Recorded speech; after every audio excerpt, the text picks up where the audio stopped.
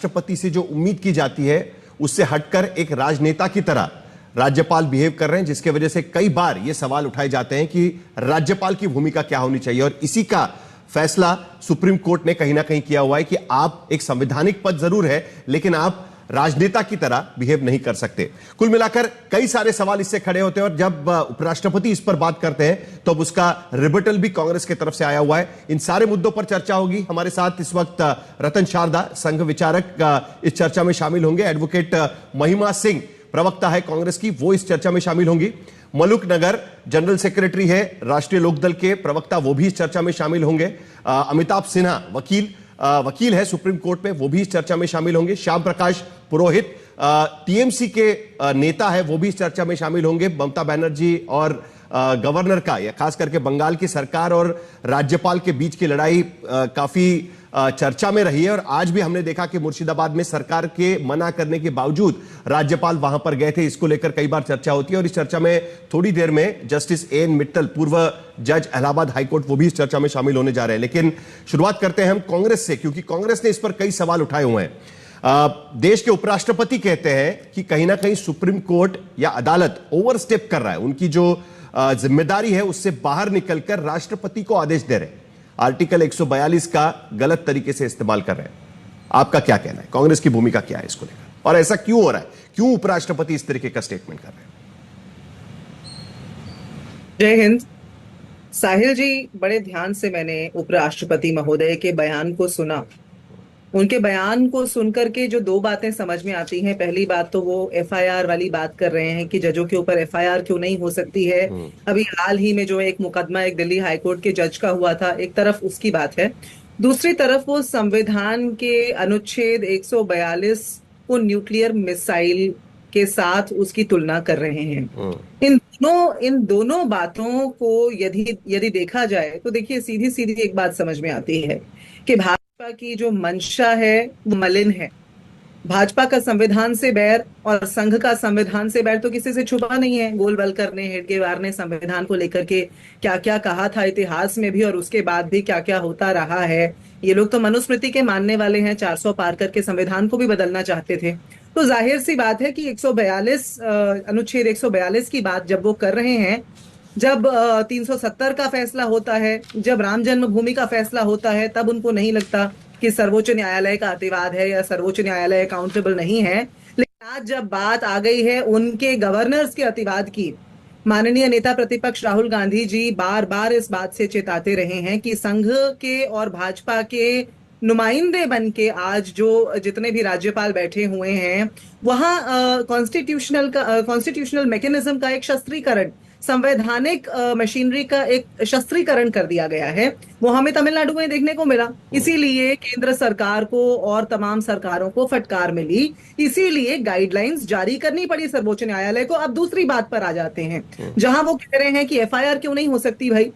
अब आप ये देखिए कि ये एफआईआर वाली जो बात है, ये अपने आप में, वो तो एक सीनियर वकील रहे हैं और आज इस देश के उपराष्ट्रपति हैं।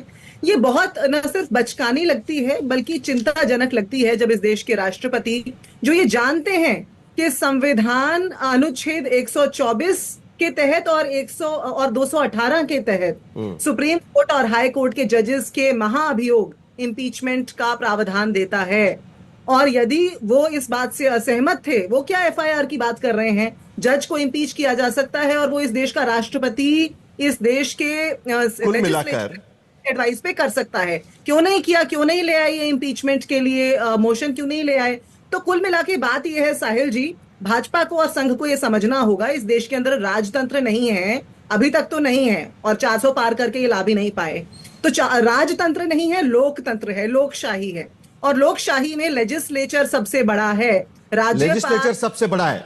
कुल मिलाकर रतन शारदा, जिस तरीके से कांग्रेस का आरोप है, लगता है कि कहीं पे निगाहें कहीं पे निशाना, इस तरीके की बात चल रही है। दरअसल ऐसा लग रहा है कि सरकार को दिक्कत कई मुद्दों से है। सुप्रीम कोर्ट ने जिस तरीके से वक्फ कानून को लेकर सवाल उठाए, उसके बाद दो सबसे बड़े प्रावधान थे, वो फिलहाल के लिए तो उस पर स्टे लग चुका है। सरकार ने कह दिया कि हम लागू नहीं करेंगे। इससे पहले भी आर्टिकल 370 हो या फिर राजद्रोह का मामला था, उसमें भी कई बेल की शिकायतें थी, उसको लेकर भी सुप्रीम कोर्ट जब जब इस तरीके की बातें करता है तब इस तरीके की कमेंट्स भी आना शुरू हो जाता है। तो ये राज्यपाल का ही मामला माने हम लोग, या जुडिशियल ओवररीच का मामला माने, या सचमुच में सरकार को लगता है कि सुप्रीम कोर्ट की वजह से उनके कोर फैसले जो है वो कहीं ना कहीं रुक जाते हैं, और इसकी वजह से जगदीप धनखड़ आज इस पर बात कर रहे हैं। हालांकि उनके लोकस स्टैंडी पर भी सवाल उठाए जा रहे हैं कि वो कहां से इस पर आकर बात कर रहे हैं। रतन शारदा।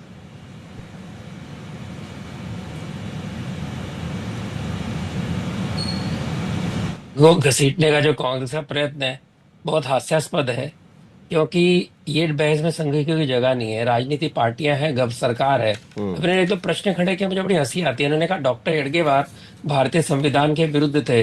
बहन जी, डॉक्टर हेडगेवार की मृत्यु 1940 में हो गई थी।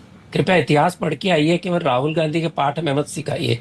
दूसरी बात, एक एक भी बता दीजिए कथा, एक भी प्रस्ताव बता दीजिए जिसमें संघ ने मनुस्मृति को अपना स्थान माना है, कृपया ढूंढ के मुझे बता दीजिए।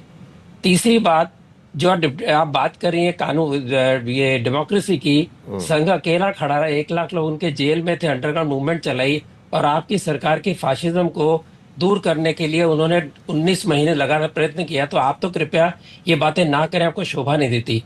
अब बातें इस बात, मैं नहीं मानता हूं कि ये मुद्दा केवल गवर्नर का है। मुझे लगता है ये लिमिट तब पार हुई जब गवर्नर से उठ के सुप्रीम कोर्ट ने बिना मतलब राष्ट्रपति को भी उसमें घसीटा। राष्ट्रपति सुप्रीम संवैधानिक अथॉरिटी है, उसको आज्ञा देने का काम सुप्रीम कोर्ट के जज नहीं कर सकते। और ये मुद्दा था भी नहीं, ना ये इस जजमेंट का इस पर्टिकुलर केस के बारे में उनका कोई इसमें रोल था।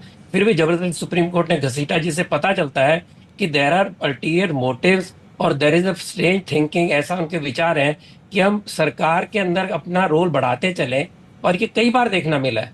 अभी जस्टिस वर्मा की बात की कि सरकार इम्पीचमेंट क्यों नहीं करती। मैं शर्त लगा के कहता हूं, अगर इम्पीचमेंट करती, यही लोग यहाँ खड़े होके संविधान की हत्या, जजेस के अधिकारों की हत्या, ये सारी बातें कर रहे थे। इम्पीचमेंट बहुत सीरियस मामला है।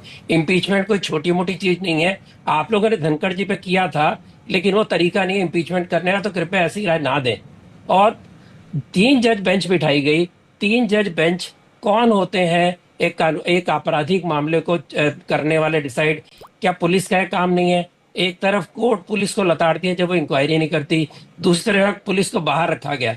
और ये बात नहीं है एग्जीक्यूटिव पावर को अपने हाथ में लेना, ये कई बार देखना मिला है। चीफ इलेक्शन कमीशन, उसके बारे में जबरदस्ती हमको रख लो, यहां से बात शुरू हुई, जब तक तुम नहीं निश्चित करते हमको रख लो, ये उन्होंने कहा। सुओ मोटो केस 2014 से 1995 से लेकर 2021 तक 48 सुओ मोटो केस हुए हैं।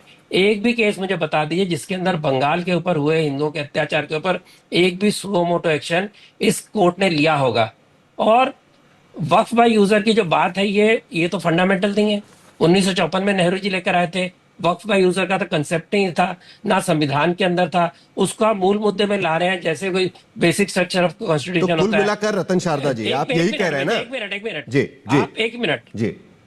कॉलेजियम की बात है। कॉलेजियम का निर्माण 1993 हुआ, 1993 में। उसके पहले कॉलेजियम नहीं था। ये कब से fundamental feature of the constitution हो गया?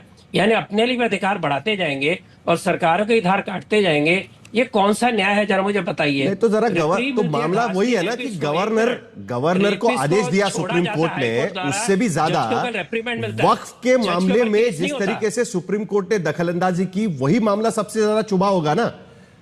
तो कहीं पे निगाह कहीं पे निशाना, वही तो बात है ना कि देखिए धनखड़ साहब ने भी, जगदीप धनखड़ ने भी जो कहा वो राष्ट्रपति के मामले में कहा, वक्फ का मुद्दा नहीं उठाया। नहीं, वो धनखड़ जी का होगा। आप मुझे बुलाए, मेरी विचार सुनना चाहते हैं।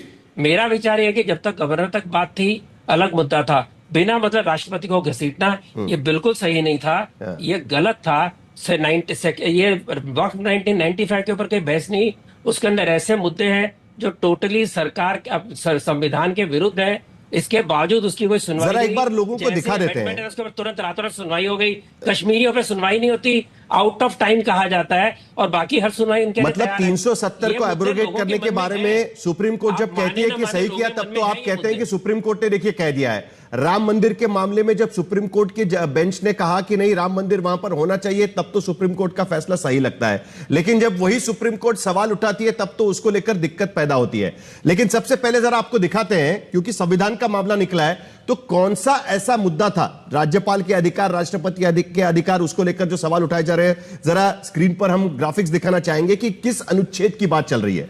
देखिए, अनुच्छेद 200 जो गवर्नर के अधिकार साफ तौर पर कहता है कि अगर कोई बिल, विधेयक पास होता है विधानसभा से, राज्यपाल को या तो उसकी सहमति देनी चाहिए, या तो असहमति देने का अधिकार है, या तो उनको राष्ट्रपति के पास भेजने का अधिकार है। उसके बाद आता है अनुच्छेद 201 जिसके आधार पर राष्ट्रपति इसके बारे में फैसला लेती है। सुप्रीम कोर्ट का यही कहना है कि ये दोनों